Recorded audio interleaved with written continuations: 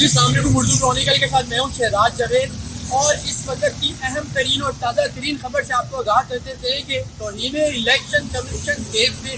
عمران خان کے سابق وزیر اعظم کے ناقابل ضمانت وارنٹ جو ہے وہ گرفتاری جاری کر دیے گئے ہیں۔ توہین الیکشن کمیشن کیس میں عدم پیشی کے اوپر یہ جو ہے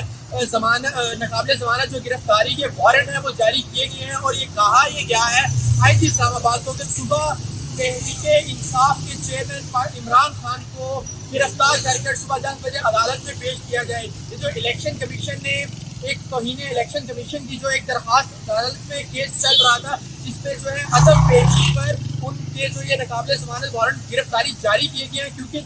بارہا بلانے پر عدالت کے 12 بلانے پر